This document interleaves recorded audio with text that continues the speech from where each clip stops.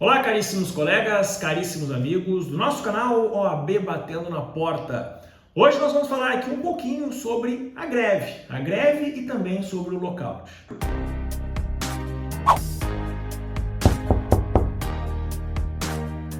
Muito bem, senhores, vamos direto ao ponto, então. Vamos falar aqui de greve, porque greve é um assunto que todo mundo conhece, mesmo os leigos que não fazem direito, que não estudam ciências jurídicas e sociais. Mas a greve, como ela é de fato, nem sempre a gente sabe como ela funciona. Então a greve não pode ser um movimento desorganizado. A greve é um movimento coletivo e é um movimento organizado. Então vamos direto aí para a lei de greve no artigo 2º. Anotem aí, artigo 2º da lei 7.783. Na tela aí. Para os fins desta lei, considera-se legítimo exercício do direito de greve a suspensão coletiva temporária e pacífica, total ou parcial, da prestação pessoal de serviços a empregador. Volta aqui para mim, então. Vamos tentar entender como que é uma greve legítima. Então, a primeira coisa, né? A greve é uma suspensão temporária. Não é para sempre, evidentemente, não é uma suspensão permanente. Não é um pedido de demissão em massa. Os grevistas, eles vão se afastar por um determinado período, porque eles têm algumas reivindicações. Então, eles vão tentar inicialmente uma negociação com o empregador ou os empregadores, né? Via regra geral, intermediado por meio de um sindicato. Mas na falta de sindicato, porque às vezes pode sim faltar o sindicato, os próprios grevistas vão formar uma comissão de negociação. E aí essa comissão vai servir para negociar melhores condições das reivindicações que eles estão fazendo junto ao empregador. Mas às vezes, frustrada esta negociação prévia, aí sim eles vão instaurar, digamos assim, a greve. A greve vai ser deflagrada quando não for mais possível uma negociação. Então os manifestantes, os grevistas estão inconformados e aí eles vão fazer uma suspensão temporária. Então a suspensão ela tem que ser temporária, evidentemente, se for permanente não é greve, tem que ser uma suspensão temporária. Tem que ser também coletiva, né? Então um grande número de trabalhadores vão aderir à greve, né? Não é assim, um empregado está insatisfeito e entrei de greve. Não é assim que funciona, evidentemente, nem um grupo de 3, 4 empregados que vão fazer isso. Então é um movimento coletivo e tem que ser, evidentemente, um movimento pacífico. Então a greve entende-se como um movimento pacífico, a greve legítima, né? Ou seja, sem qualquer violência, sem qualquer ameaça, sem qualquer dano ao patrimônio do empregador, sem qualquer tentativa de fazer os outros grevistas irem à força aderirem ao movimento da greve. Muita gente talvez não tenha o interesse de aderir à greve. Muitas vezes não vão querer, não querem aderir à greve. O que se faz nessa situação?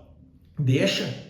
A gente pergunta, né? Os grevistas chegam lá e perguntam: olha, tu gostaria de participar da greve? Nós estamos reivindicando isso e aquilo. Beleza, se a pessoa quiser aderir, beleza, tranquilo. Agora, se a pessoa não quiser, não quero me complicar com o empregador, eu acho que a greve não é um bom movimento, é direito dele. Então tu não pode forçar ninguém a entrar em greve. As pessoas que querem continuar trabalhando têm todo o direito. Então, a greve, ela é um movimento pacífico. Imagina tu chegar lá com um revólver e obrigar os caras a entrar em greve. Ou botar uma arma no empregador para negociar. Ou pegar um coquetel molotov e jogar na empresa. Não dá para fazer esse tipo de coisa.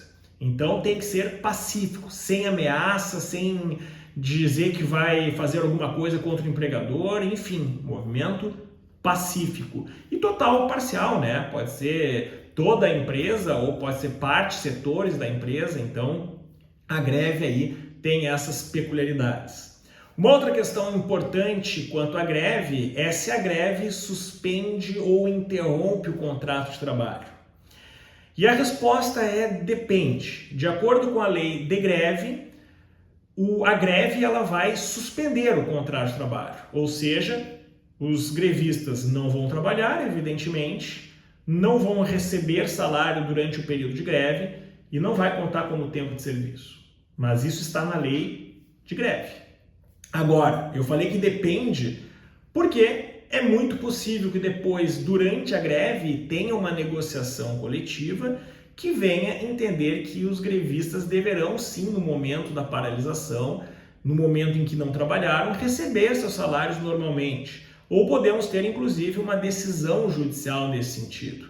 Então, uma decisão judicial, depois que não teve mais como negociar, acabou judicializando, transformou-se num dissídio coletivo, um dissídio que foi para o Poder Judiciário, e os tribunais deram lá, então, uma decisão dizendo, dentre outras coisas, que durante a paralisação os grevistas deverão receber seus salários normalmente, contar como tempo de serviço. Sendo assim, nós sairíamos daquela etapa em que era a suspensão do contrato de trabalho e passa-se a converter-se a uma interrupção do contrato de trabalho. E para finalizarmos, um último ponto extremamente importante, que é o chamado lockout. O que é o lockout?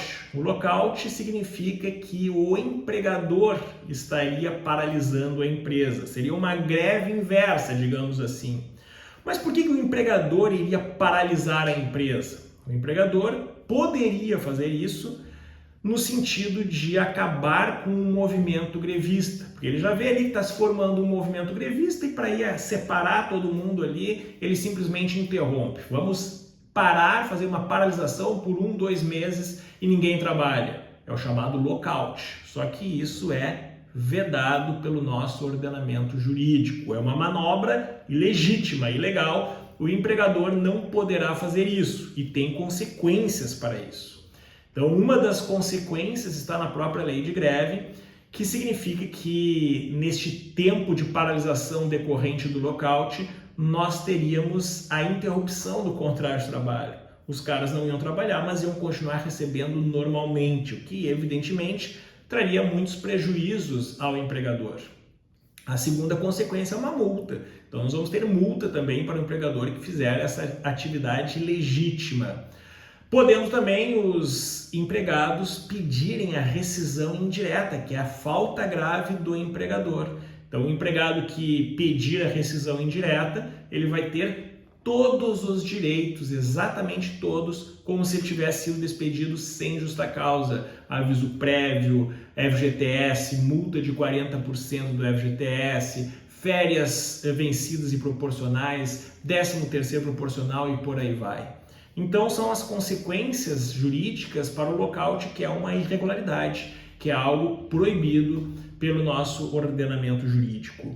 Temos ainda muitos outros assuntos a tratar sobre greve que serão discutidos nas nossas próximas aulas. Um grande abraço e até a próxima.